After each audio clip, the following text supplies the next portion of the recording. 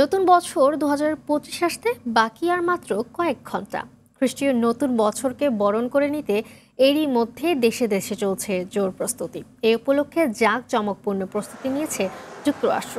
New ইয়র্কের Times square ও মায়ামিতে নতুন বছর বরণে জড়ো হচ্ছে দেশটির নাগরিক ও পর্যটকরা।